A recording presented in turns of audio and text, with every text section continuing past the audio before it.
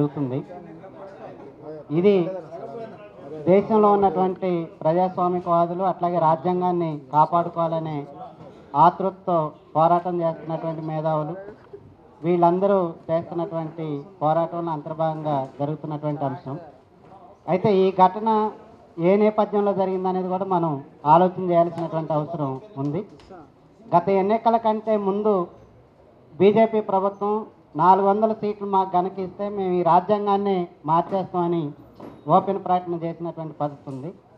అట్లాగే మన పక్కన జరిగినటువంటి కర్ణాటక రాష్ట్రంలో ముస్లింల రిజర్వేషన్లు మేము తీసేస్తామని ఓపెన్ ప్రకటన చేశారు. మన తెలంగాణలో కూడా ఎన్నికల టైంలో మేము అధికారంలోకి వస్తే ముస్లింల రిజర్వేషన్లు తొలగిస్తామనేటటువంటి ప్రకటన చేశారు.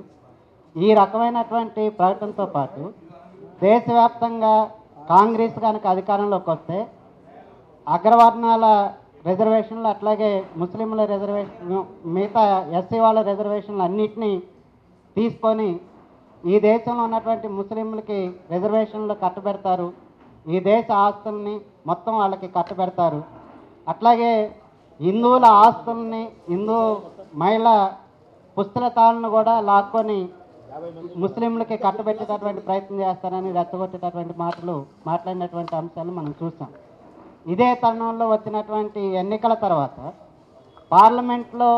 పార్లమెంటు సమావేశాల కంటే ముందు రాజ్యాంగం ఆధారంగా సుప్రీంకోర్టు ఒక 2-3 తీర్పుల్ని ఇచ్చింది. దేశవ్యాప్తంగా ఉన్నటువంటి మసీదులు కింద ఉన్నటువంటి హిందూ దేవాలయాలను బయటికి తీసుకురావాలని, వాటిని సర్వే చేయడం కోసం, వాటిని తవ్వడం కోసం అనుమతి కావాలని సుప్రీంకోర్టులో బీజేపీ ఆర్ఎస్ఎస్ శ్రేణులు కేసు వేసినటువంటి ఘటన. దాని ఆధారంగా సుప్రీంకోర్టు ఇచ్చింది 1991 ప్రార్థనా స్థలాల రక్షణ చట్టం ఆధారంగా తక్షణం సర్వేలు చేసేటటువంటి పద్ధతికి స్వస్తి చెప్పాలి, వీటిని ఆపాలనేటటువంటి తీర్పుని సుప్రీంకోర్టు ఈ కాలంలో ఇచ్చింది. అట్లాగే రాజ్యాంగంలో ఉన్నటువంటి సామ్యవాదం అనేటటువంటి పదాన్ని తొలగించాలని బీజేపీ వాళ్ళు వేసినటువంటి కేసు ఆధారం చేసుకొని సుప్రీంకోర్టు భారత రాజ్యాంగం ఆధారంగా దాన్ని తొలగించడం సాధ్యం కాదని మరో తీర్పు ఇచ్చినటువంటి పద్ధతి ఉంది. కాబట్టి ఈ 2 తీర్పులు కూడా మొత్తం బీజేపీ ఏదైతే మనధర్మ శాస్త్రాన్ని రాజ్యాంగ స్థానంలో తీసుకురావాలనేటటువంటి ఆలోచన చేసిందో వాళ్ళ ఆలోచనకి అట్లాగే వాళ్ళ యొక్క ప్రతిచర్యకి వాళ్ళ ప్రతి అడుగుకి రాజ్యాంగం అడుగడుగున అడ్డుపడేటటువంటి దానిలో సీరియస్ ప్రయత్నం రాజ్యాంగం ఆధారంగా ఈ కాలంలో న్యాయస్థానాలు ఎదురుదాడి చేసినటువంటి ఘటన మనం చూసాం. ఈ ఘటనల తర్వాత 75 ఏళ్ల రాజ్యాంగం అమలు జరిగినటువంటి పద్ధతి ఆధారంగా పార్లమెంట్ 2 ఉభయ సభల్లో రాజ్యాంగం మీద చర్చ జరిగినటువంటి దాని లోపల జరిగినటువంటి చర్చల అంతర్భాగంగా వచ్చిందే అంబేద్కర్ మీద పెద్ద ఎత్తున బీజేపీ దాడి చేసినటువంటి ఘటన దీనిలో నుంచి వచ్చిందే. కాబట్టి బీజేపీ తన యొక్క ఎజెండాను అమలు చేసేటటువంటి దానికోసం జరిగే ప్రయత్నంలో రాజ్యాంగం ఈరోజు కొరకరాని కొయ్యేలాగా బీజేపీ వాళ్ళకి ఎదురు తిరుగుతుంది కాబట్టి, అది అడ్డం ఉంది కాబట్టి దాన్ని ఎత్తేయడం కోసం దాన్ని రాసినటువంటి ఎవరైతే డాక్టర్ బాబాసాహెబ్ అంబేద్కర్ ఉన్నారో ఆయన ఇమేజ్ని ఈరోజు కాంగ్రెస్ వాళ్ళు వాడుకుంటున్నారు. దాన్ని డ్యామేజ్ చేస్తే తప్ప బీజేపీ కానీ లేదా వాళ్ళ యొక్క మనధర్మ శాస్త్రం దాన్ని కానీ ముందుకు తీసుకురావడానికి అవకాశం లేదనేటటువంటి ఒక ఎత్తుగడగానే దీన్ని చర్చ పెట్టినటువంటి పద్ధతి ఉంది. పైగా దీన్ని ఇందాక అబ్బాస్ గారు చెప్పినట్లుగా దీన్ని ఒక రాజకీయ కోణంలో చర్చ చేసేటటువంటి ప్రయత్నం చేస్తున్నారు.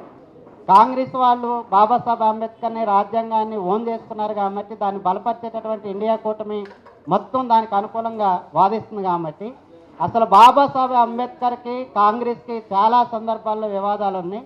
అసలు మంత్రివర్గం నుంచే ఆ రోజు నెహ్రూ గారు రాజీనామా చేసేదాకా ఒత్తిడి తీసుకొచ్చి ఆయన్ని రాజీనామా చేసేటట్లుగా ప్రయత్నం చేసిందని కాంగ్రెస్ వాళ్ళ మీద దాడి చేసేటటువంటి ప్రయత్నం చేస్తున్నారు. అట్లాగే కాంగ్రెస్ వాళ్ళు కూడబలుకొని 2 సార్లు బాబాసాహెబ్ అంబేద్కర్ పోటీ చేస్తే పార్లమెంట్కి ఆ టైంలో కాంగ్రెస్ వాళ్ళే దగ్గరుండి ఓడించారు.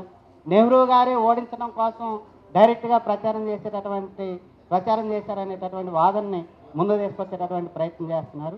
కాబట్టి రాజ్యాంగం మీద జరుగుతున్నటువంటి దాడికి వ్యతిరేకంగా మొత్తం ఈ దేశంలో ఉన్నటువంటి ప్రజాస్వామికవాదులు అందరూ ఒక తాటి మీదకి వచ్చేటటువంటి తరుణంలో ఇది బీజేపీ వర్సెస్ కాంగ్రెస్ రాజకీయ వాదనలుగా ముందు తీసుకొచ్చేటటువంటి ప్రయత్నం చేసి డైవర్ట్ చేయాలనేటటువంటి ఆలోచన చేస్తున్నారు.